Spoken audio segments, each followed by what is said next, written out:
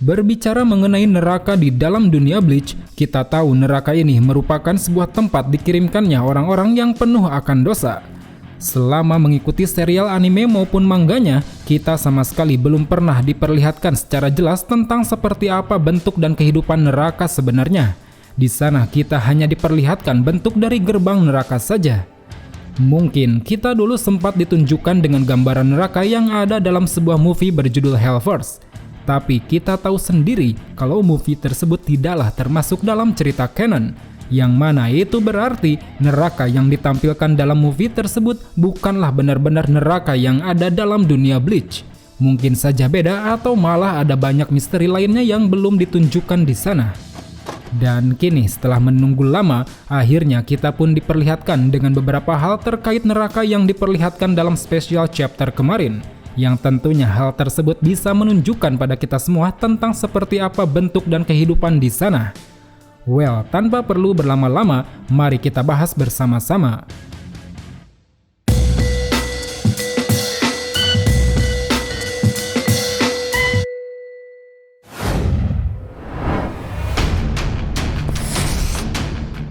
Pertama-tama, mari kita bahas tentang unsur pembentuk neraka terlebih dahulu.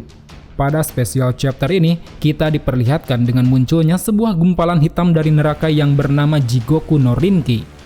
Jika disetarakan dengan Reishi yang membentuk Soul Society, serta Kishi yang membentuk dunia manusia, maka bisa diasumsikan kalau Rinki ini adalah partikel yang membentuk neraka. Bisa kita lihat, wujud dari Rinki ini berbentuk sebuah gumpalan cair hitam yang mengapung di udara. Berbeda dari Reishi yang kita tahu berwujud potongan cahaya terang. Dari sini bisa sedikit kita bayangkan kira-kira seperti apa keadaan di dalam neraka yang isinya dipenuhi oleh gumpalan-gumpalan hitam yang mengapung. Jika ingin sedikit membandingkan, mari kita coba lihat keadaan neraka yang ada dalam movie Hellverse. Bila kita cermati, di dalam sana tidak ada unsur seperti Rinki yang mengapung di udara. Dan dalam movie tersebut digambarkan kalau neraka ini memiliki 5 tingkatan yang suasananya berbeda satu sama lain. Tingkatan pertama menampilkan banyak balok putih yang mengambang di udara. Tingkatan kedua terdiri dari kumpulan air yang sangat banyak. Tingkatan ketiga menampilkan pemandangan berbatu dan tandus dengan berbagai kawah membentuk lava kuning. Tingkatan keempat terdapat perbukitan, pasir, dan air terjun berisi lahar. Lalu tingkatan terakhir yaitu tingkatan kelima menampilkan pemandangan gelap gulita malam, yang mana di sepanjang mata memandang hanya terdapat kolam lava yang sangat panas. Berkaca dari gambaran neraka yang ada dalam movie tersebut, kira-kira apakah neraka yang ada dalam cerita canon ini juga memiliki tingkatan tertentu? Mengingat dalam beberapa kepercayaan dan ajaran agama pun biasanya neraka itu memiliki berbagai tingkatannya tersendiri. Well, entah akan seperti apa, yang jelas neraka yang dimaksud dalam special chapter ini dipenuhi oleh gumpalan hitam yang telah kita jelaskan tadi. Kemudian untuk kehidupannya sendiri, sepertinya hal ini sudah sangat jelas bagi kita semua. Kalau tempat ini akan berisi dengan banyaknya siksaan dan hukuman kepada para penghuninya. Seperti yang dikatakan oleh Zayel, nantinya para penghuni yang dijebloskan ke dalamnya akan disiksa oleh rasa sakit dan kebencian yang amat sangat perih, hingga membuat semua kebencian itu meluap dari otak mereka. Entah seperti apa siksaan yang didapatkan, tapi dalam movie Hellverse kita bisa sedikit mendapat gambaran. Dalam movie itu, siksaan yang didapatkan oleh para penghuni neraka adalah dengan diburu oleh para penjaga neraka bernama Kusanada. Siksaan ini akan berlangsung selamanya, tak peduli berapa kali dihancurkan dan mati, para penghuni ini akan terus dihidupkan kembali tanpa henti. Menilik dari konsepnya, menurutku konsep yang ada dalam movie Hellverse bisa diambil ke dalam cerita canon ini, di mana nantinya akan ada sosok penjaga neraka yang akan memberikan siksaan kepada para penghuni neraka. Entah itu diburu, dieksekusi, atau mungkin disiksa secara sadis. Yang jelas para penghuninya akan abadi dan takkan pernah mati. Secara kita tahu, orang-orang yang dikirim ke dalam neraka adalah mereka yang pernah melakukan dosa besar saat masih menjadi manusia. Namun yang belum kita tahu, kira-kira seperti apakah bentuk mereka saat telah menjadi penghuni neraka. Jawabannya bisa kita lihat pada special chapter kemarin, di mana di sana kita diperlihatkan dengan beberapa monster misterius yang diketahui berasal dari neraka. Dalam beberapa versi terjemahan, monster-monster ini memiliki beberapa sebutan yang berbeda-beda tiap bahasa. Ada yang menyebutnya Ghoul, ada juga yang menyebutnya Hollow dari neraka. Sedangkan dalam bahasa Jepangnya sendiri, mereka ini disebut dengan Jigoku no Gaki. Well, dari beberapa sebutan itu, mari kita sebut saja Gaki. Pada awal kemunculannya, Gaki ini cukup merepotkan para Shinigami karena kedatangan dan reatsunya yang tidak dapat dideteksi. Secara bentuk, mereka sangat mirip seperti Hollow biasa. Hanya bedanya mereka para Gaki ini tidak memiliki lubang hollow di tubuh mereka. Tapi sebagai gantinya mereka memiliki lingkaran berbentuk cincin yang menempel di permukaan luar tubuh. Jika dikaitkan dengan penjelasan dari Zayel, cincin tersebut tadinya merupakan sebuah lubang hollow. Hingga lama-kelamaan, akibat dari siksaan neraka, lubang tersebut terlepas dan membentuk sebuah cincin di luar tubuh mereka. Jadi dari sini sudah jelas bahwa Gaki yang muncul pada special chapter ini tadinya merupakan roh manusia biasa yang dilemparkan ke neraka. Dikarenakan mendapat siksaan yang sangat berat, tubuh mereka pun lalu berevolusi menjadi seperti sekarang ini. Oleh karena itu, kita bisa menyimpulkan bahwa orang-orang yang dikirimkan ke neraka nantinya akan berubah menjadi monster bernama Gaki yang memiliki sifat liar dan ganas. Kita beralih pada sang villain yang dimunculkan dalam special chapter ini. Dia tiada lain adalah Zayel Aporo, sang mantan Espada nomor 8 yang bermakna kegilaan. Jika dilihat dari bentuknya sekarang ini, Zayel telah mengalami banyak sekali perubahan. Menurutnya sendiri, perubahan fisiknya ini disebabkan oleh siksaan yang diberikan ketika masih di neraka. Sama seperti para Gaki yang memiliki cincin di tepi tubuhnya, Zayel juga memiliki cincin tersebut tepat di belakang kepala. Ditambah dengan sepasang tanduk, mata yang hitam sebelah, serta rantai di sekitar tubuhnya, kini Zayel pun terlihat lebih menyeramkan dari terakhir kali dia terlihat. Namun di luar dari penampilannya yang sekarang, kalian tentunya cukup dibuat penasaran tentang mengapa Zayel bisa berada di neraka. Apakah ini karena dia adalah seorang Espada atau karena dulu sebagai manusia dia memiliki banyak dosa? Bagi kalian yang belum tahu, kita ingin sedikit menginformasikan bahwa cerita tentang Zayel ini sempat diceritakan dalam sebuah novel berjudul Spirit Are Forever With You, di mana di sana diceritakan kalau Zayel ini dulunya adalah seorang manusia jahat yang memiliki banyak dosa. Dan karena dosa-dosa inilah Zayel pada akhirnya harus dikirimkan ke neraka. Jadi di sini cukup jelas bahwa yang menyebabkan Zayel ke neraka adalah karena dosa-dosanya saat masih menjadi manusia, bukan saat dirinya masih menjadi seorang Espada. Karena secara kita tahu, kalau menurut ajaran Shinigami, dosa-dosa yang diperbuat seseorang saat menjadi Hollow, jika dimurnikan oleh Shinigami, maka dosa tersebut tidak akan dipertanggungjawabkan setelah mereka mati. Maka dari itu bisa disimpulkan bahwa nasib dari para Espada lain pun juga demikian. Semua Espada yang mati belum tentu dikirimkan ke neraka. Semuanya tergantung dari amal dan perbuatan mereka saat dulu masih menjadi manusia. Terlebih lagi apakah dosa mereka telah dimurnikan atau tidak ketika menjadi Hollow ataupun Arrancar. Dan berdasarkan prolog movie Bleach keempat tepatnya pada episode 299, sebenarnya di sana kita telah ditunjukkan dengan Zayel Aporo yang memang telah dilemparkan ke dalam neraka.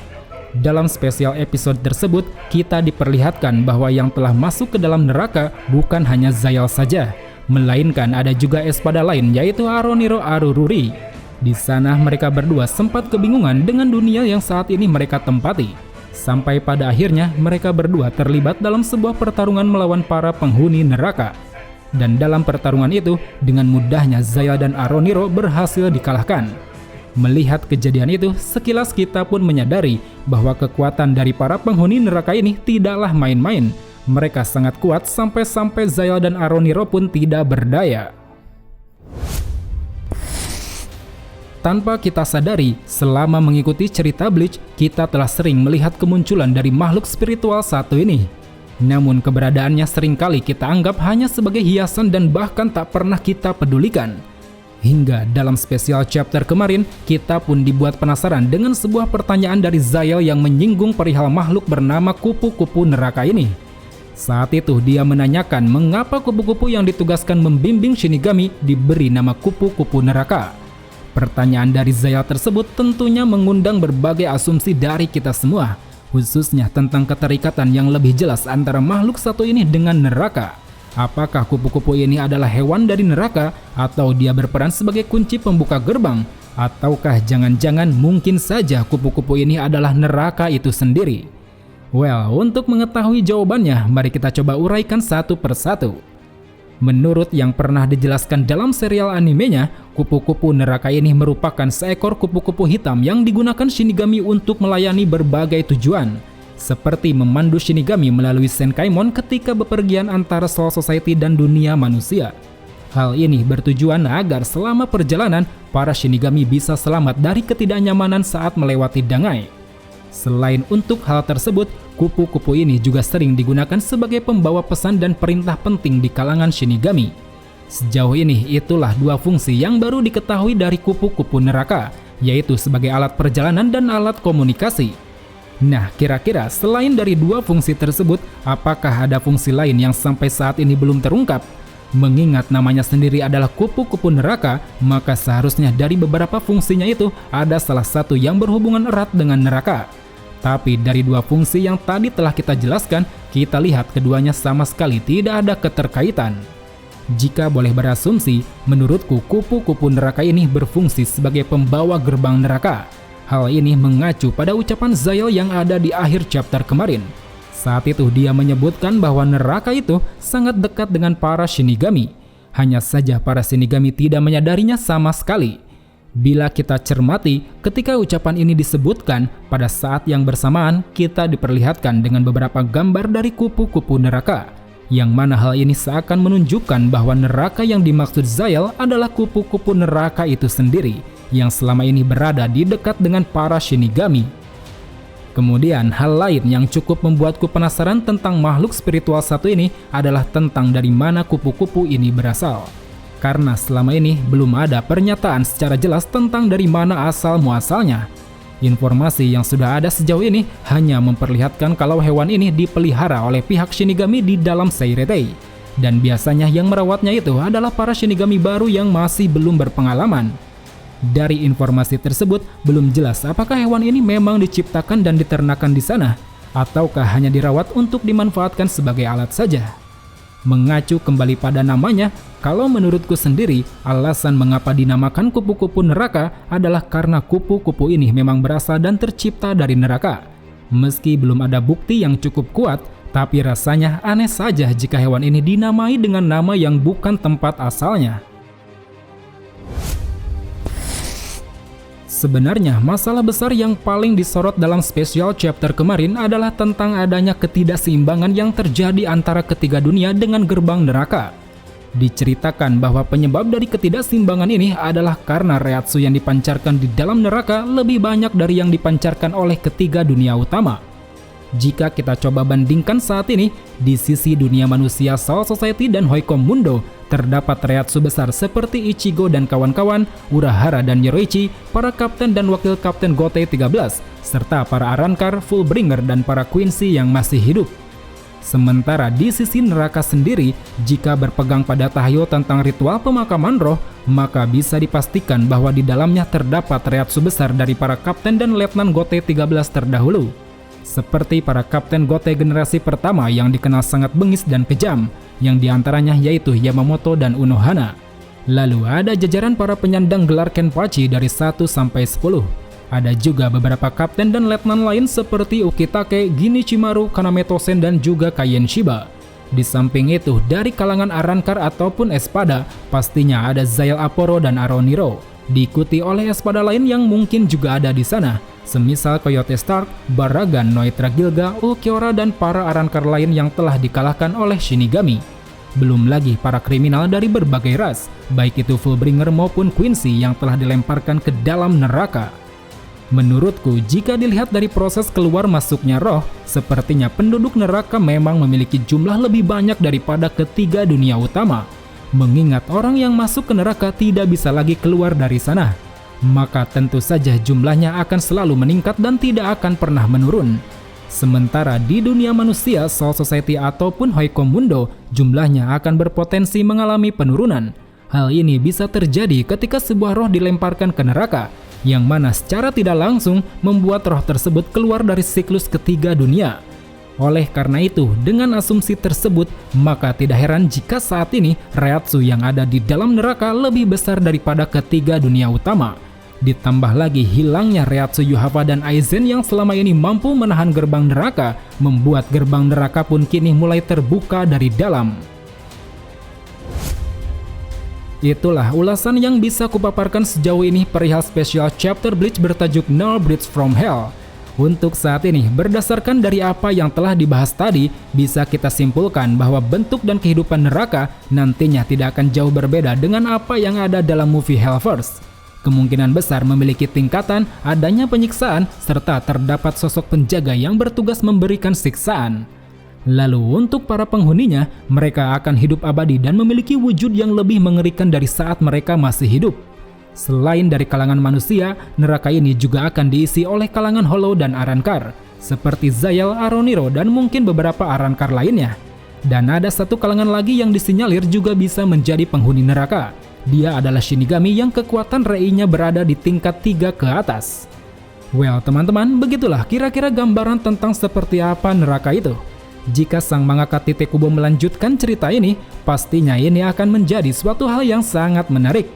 Bayangkan saja jika sampai terjadi peperangan besar yang akan melibatkan semua ras antara dunia kehidupan dan neraka, ini akan menjadi pertempuran besar yang sangat luar biasa. Belum lagi permasalahan yang dialami oleh para bangsawan terdahulu, pastinya akan memicu permasalahan lain dan akan membongkar semua misteri yang selama ini ditutup.